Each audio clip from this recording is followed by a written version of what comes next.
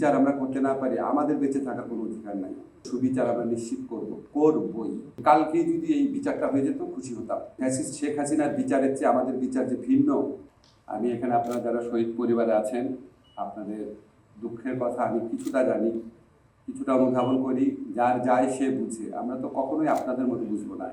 কিন্তু যখন এই ছবিগুলা দেখি, যখন আপনার ফেসবুকে কোনো ব্রুটালিটির ছবি দেখি, একটা অত্যাচারের মৃত্যুর দৃশ্য দেখি, তখন মনে হয় যদি এগুলির বিচার আমরা করতে না পারি, আমাদের বেঁচে থাকার কোনো অধিকার নাই। কেউ না বুঝলেও আমরা আপনার প্রয়োজন বুঝি, আর তাই তো অত্যাধুনিক ফিচার সম্বলিত বিভিন্ন সাইজ আর কালারের 250-টিরও বেশি ডিজাইন অপশন নিয়ে ওয়ালটন স্মার্ট ফ্রিজ বোঝে আপনার প্রয়োজন। আপনাদেরকে কথা দিচ্ছি, আপনাদের মতো আমরাও কাঁদি এগুলি দেখলে। মানে বাংলাদেশের বুকে যেরকম একজন সীমা এরকম জন্ম নিয়েছিল, এইভাবে নিজের দেশের মানুষকে হত্যা করতে পারে দেখি, নিজের চোখে দেখি, জানি এটা হয়েছে, তারপর বিশ্বাস হতে মনে চায় না। এবং আমাদের মনে হয়, ধরেন আমাদের যে প্রসিকিউশন টিম আছে, ইনভেস্টিগেশন টিম আছে, আমরা কথা বলি। আমি আপনাদেরকে কথা দিচ্ছি, এটা সুবিচার আমরা নিশ্চিত করবই। আমি মনে করি অনেক কথা বলবে এই সরকারের। আমি মনে করি সবচেয়ে বড় দায়িত্ব হচ্ছে, আমরা জুলাই গণ অভ্যুত্থানের মাধ্যমে আমরা একটা নতুন বাংলাদেশ পেয়েছি, আপনাদের স্যাক্রিফাইসের বিনিময়ে। আমরা এখানে আসছি, প্রধান দায়িত্ব আমাদের সুবিচার নিশ্চিত করা।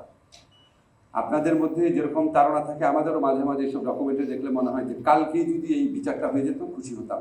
কিন্তু এটা তো আমাদের ডিউ প্রসেস মেনটেন করতে হবে। ফ্যাসিস্ট শেখ হাসিনার বিচারের চেয়ে আমাদের বিচার যে ভিন্ন, সেটা তো আমাদের এনশিওর করতে হবে। এবং আমাদের ইনশাআল্লাহ এত অকাট্য প্রমাণ আছে, এত সাক্ষী আছে, ডিউ প্রসেস মেনটেন করেই আমরা ইনশাআল্লাহ যত দ্রুত সম্ভব বিচার করতে পারবো।